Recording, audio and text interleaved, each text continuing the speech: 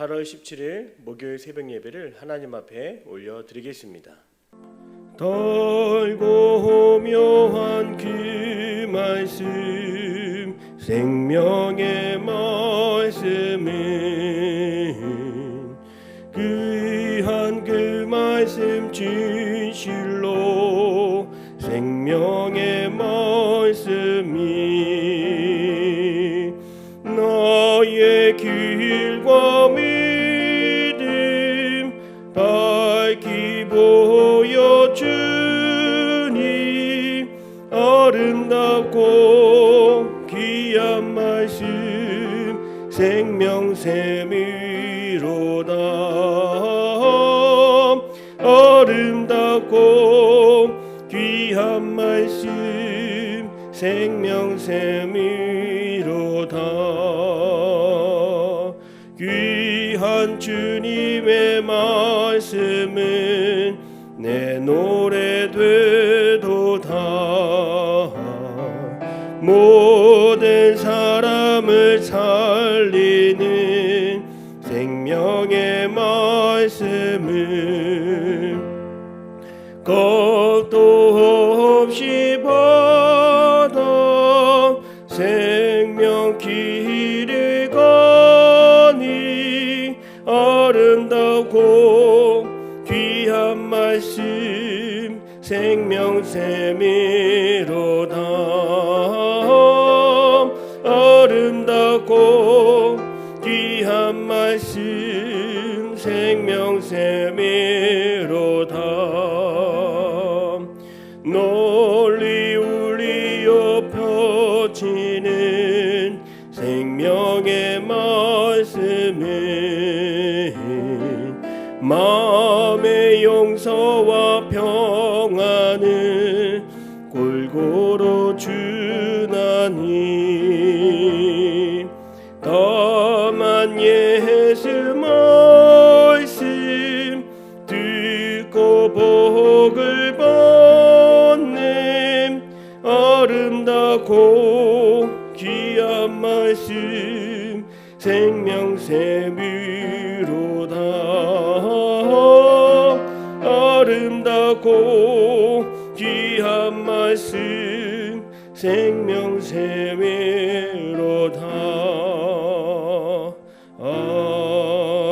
아멘. 다음께 사도신경으로 신앙 고백 드립니다. 나는 전능하신 아버지 하나님 천지의 창조주를 믿습니다. 나는 그의 유일하신 아들 우리 주 예수 그리스도를 믿습니다.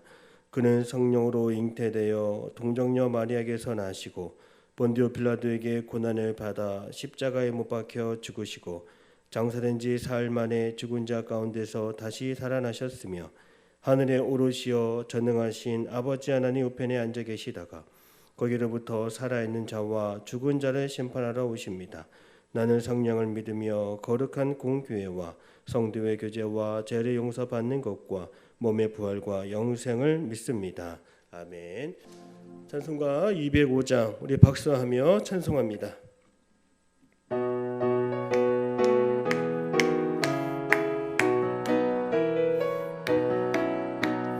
주 예수 크신 사랑 늘 말해주시오. 나 항상 듣던 말씀 또 들려주시오. 좁히지 않는 천국 주 예수 계신 곳 나 밝히 알아듣고 또 들려주시오. 나 항상 듣던 말씀 나 항상 듣던 말씀 주 예수 크신 사랑 또 들려주시오. 아침에 이슬방울 사라짐 같이 내 기억 부족하여 늘 잊기 쉬우니 잘 알아듣기 쉽게 늘 말해주시오. 날 구속하신 사랑 들려주시오. 나 항상 듣던 말씀, 나 항상 듣던 말씀, 주 예수 크신 사랑 또 들려주시오.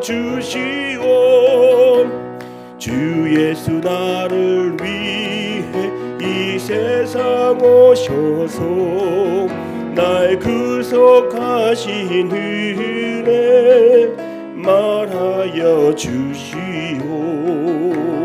나 같은 사람 위에 주 보혈을 흘렸네. 이 복스러운 말씀 또 들려주시오. 나 항상 듣던 말씀, 나 항상 듣던 말씀, 주 예수 크신 사랑 또 들려주시오. 이 세상 헛된 영화 날 미혹할 때에 주 예수 크신 사랑을 들려주시오. 전국의 빛난 영광 내 눈에 비칠 때 주 예수 크신 사랑 또 들려주시오. 나 항상 듣던 말씀, 나 항상 듣던 말씀, 주 예수 크신 사랑 또 들려주시오. 오늘 하나님이 주시는 말씀은 이사야 61장 1절에서 3절 말씀이 되겠습니다. 함께 합독하시겠습니다. 하나님의 말씀을 받겠습니다. 주 여호와의 영이 내게 내리셨으니 이는 여호와께서 내게 기름을 부으사 가난한 자에게 아름다운 소식을 전하게 하려 하심이라. 나를 보내사 마음이 상한 자를 고치며 포로된 자에게 자유를, 갇힌 자에게 노임을 선포하며 여호와의 은혜의 해와 우리 하나님의 보복의 날을 선포하여 모든 슬픈 자를 위로하되 무릇 시온에서 슬퍼하는 자에게 화관을 주어 그 죄를 대신하며 기쁨의 기름으로 그 슬픔을 대신하며 찬송의 옷으로 그 근심을 대신하시고 그들이 의의 나무 곧 여호와께서 심으신 그 영광을 나타낼 자라 일컬음을 받게 하려 하심이라. 아멘. 할렐루야. 목요일 아침 새벽 예배 시간입니다. 하나님께서 오늘도 오늘 하루를 거뜬히 감당하게 하시고 샘솟는 능력과 힘을 더하여 주실 줄로 믿습니다. 오늘도 주 안에서 평안한 하루가 되시기를 주님의 이름으로 축복합니다. 이사야 60장에서 62장까지의 말씀은 새로운 예루살렘의 그 회복의 모습을 우리에게 보여주고 있습니다. 특별히 오늘 61장에서는 하나님께서 예언자를 불러 소명을 주시는 소명장이라고 말할 수 있습니다. 하나님께서 예언자에게 소명을 주심으로 가난한 자들에게 아름다운 소식을 전하게 하시고 또한 마음이 상한 자에게는 치유함을, 포로된 자들에게는 자유함을 선포하게 하신다고 말씀하십니다. 그런데 그 소명이 시작되기 이전에 가장 중요한 것이 있습니다. 이스라엘이 회복되기 위해서 가장 중요한 것은 무엇일까요? 마음이 상한 자가 치유받기 위해서, 회복되기 위해서 가장 중요한 것은 하나님의 영이 임해야 한다는 것입니다. 독일의 시인 괴테는 첫 단추를 잘못 끼우면 마지막 단추를 끼울 구멍이 없어진다 이렇게 말했습니다. 뭐든지 시작이 중요하다고 하는 것이죠. 성도는 무슨 일을 하든지 가장 먼저 보혜사 성령님이 함께 계셔야 합니다. 하나님의 영이 먼저 임해야 합니다. 새 일을 시작할 때에도 하나님의 영이 임해야 합니다. 하나님의 영이 임해야 마지막까지 끝까지 하나님의 뜻을 이루고 하나님의 영광을 바라볼 수가 있습니다. 예수님이 나사렛에서 공생애를 선포하실 때에 그 선포한 말씀이 무엇입니까? 바로 오늘 읽은 이사야 61장 1절에서 2절의 말씀입니다. 실제로 예수님이 자신의 소명을 전하실 때에 누가복음 4장 18절에서 19절의 말씀에는 예수님도 성령이 임하고 나서야 공생애를 시작했다고 말씀하고 있습니다. 우리 18절과 19절 누가복음입니다. 주의 성령이 내게 임하셨으니 이는 가난한 자에게 복음을 전하게 하시려고 내게 기름을 부으시고 나를 보내사 포로된 자에게 자유를, 눈먼 자에게 다시 보게 함을 전파하며 눌린 자를 자유롭게 하고 주의 은혜의 해를 전파하게 하려 하심이라 하였더라. 예수님의 공생의 그 시작도, 이사야 선지자의 사역도, 또한 초대교회의 시작도 다 하나님의 영이 임해야 하는 것입니다. 예수님은 제자들에게 하나님의 영이 임하기까지 예루살렘을 떠나지 말라고 하셨습니다. 초대교회 오순절 성령 강림할 때에 예수님의 말씀을 듣고 120명의 성도가 다 성령을 받고 놀라운 하나님의 능력을 경험했습니다. 오직 성령이 너에게 임하시면 너희가 권능을 받고 예루살렘과 온 유대와 사마리아와 땅끝까지 이르러 내 증인이 되리라 하시니라. 사람의 마음속에는 인격도 있고 정신도 있고 도덕도 있고 이성도 있습니다. 그러나 아무리 인격적인 삶이라 할지라도, 아무리 도덕적인 마음이 우리 가운데 있다 할지라도 그것은 사람을 변화시키지 못합니다. 회복시킬 수가 없습니다. 이스라엘 땅을 회복시키기 위해서, 하나님 나라를 온전하게 세워가기 위해서 가장 먼저 하나님의 영이 임해야 하는 것을 기억할 수 있기를 바랍니다. 주차장에 수십 대의 자동차가 있어도 내 자동차 키에 반응하는 것은 그 중에 단 하나입니다. 스마트 키를 가지고 저 멀리서 내 차가 어디 있는지 찾아보면 그 많은 차들 가운데 반응하는 것은 단 한 대입니다. 하나님은 지금도 수십만 수천만 사람들 가운데서 하나님의 영이 충만한 한 사람을 찾으시고 오늘 그 일을, 새 일을 시작하기를 원하십니다. 우리 모두가 하나님의 영으로 충만하여 하나님의 부르심에 반응하고 하나님의 일을 새롭게 시작할 수 있기를 주님의 이름으로 축복합니다. 그렇다면 하나님의 영이 임할 때 나타나는 놀라운 변화는 무엇입니까? 오늘 말씀에서 두 가지를 살펴보겠습니다. 첫 번째는 마음이 상한 자를 고쳐주신다는 것입니다. 오늘 1절의 말씀입니다. 주 여호와의 영이 내게 내리셨으니 이는 여호와께서 내게 기름을 부으사 가난한 자에게 아름다운 소식을 전하게 하려 하심이라. 나를 보내사 마음이 상한 자를 고치며 포로된 자에게 자유를, 갇힌 자에게 노임을 선포하며. 하나님의 영이 임할 때 나타나는 것은 고침받는 역사입니다. 안진뱅이를 일으키시고 병든 자를 고치시고 눈먼 자의 눈을 뜨게 하시는 것이 바로 하나님의 놀라운 역사입니다. 포로된 자에게 자유를 허락하여 주셨습니다. 오늘날 우리나라의 감옥에 갇혀있는 재소자가 10만 명이 넘는다고 합니다. 우리나라는 인구 10만 명당 116명이 감옥에 있습니다. 옆에 나라 일본은 10만 명당 37명입니다. 우리나라 그 수많은 감옥에 갇힌 재소자들이 가장 원하고 바라는 게 무엇이겠습니까? 가석방되고 자유의 몸이 되어서 사면받는 것이 아닐까요?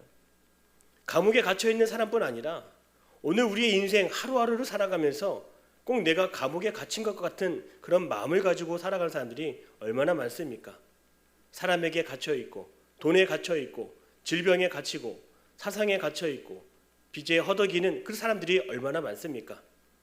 이번 8.15 광복절 특사로 사면된 사람이 올해 2176명이라고 합니다. 그 수많은 사람들을 사면시키면서 대통령이 한 말은 무엇이었습니까? 이번 사면을 통해 다시 사회를 통합하고 국력을 집중해 경제의 활력을 불어넣게 한다는 그런 말을 저는 들었습니다. 성도 여러분, 감옥에 있는 자나 감옥 밖에 있는 자나 바뀔 것 같아도 달라질 것 같아도 쉽지 않습니다. 그러나 갇힌 자들에게 하나님의 영이 임하면 하나님은 2176명이 아니라 수천 수백만 명을 주님은 그 죄에서 벗어나게 하시고 그들의 마음의 옥문을 열어주시고 자유의 몸이 되게 하셔서 다시금 하나가 되게 하고 우리 삶에 큰 활력을 하나님은 주시는 줄로 믿습니다. 오늘 우리의 삶에 자유함을 얻는 저와 여러분의 삶이 되기를 바랍니다. 모든 옥문은 열리고 병든 몸은 자유함을 얻고 상처 입은 마음은 다 자유함을 얻을지어다. 죄악에서 완전히 벗어나 상한 마음이 치유되는 여러분들이 되시기를 주님의 이름으로 축복합니다. 두 번째는 하나님의 영이 임하면 슬픔이 기쁨이 되게 하신다고 합니다.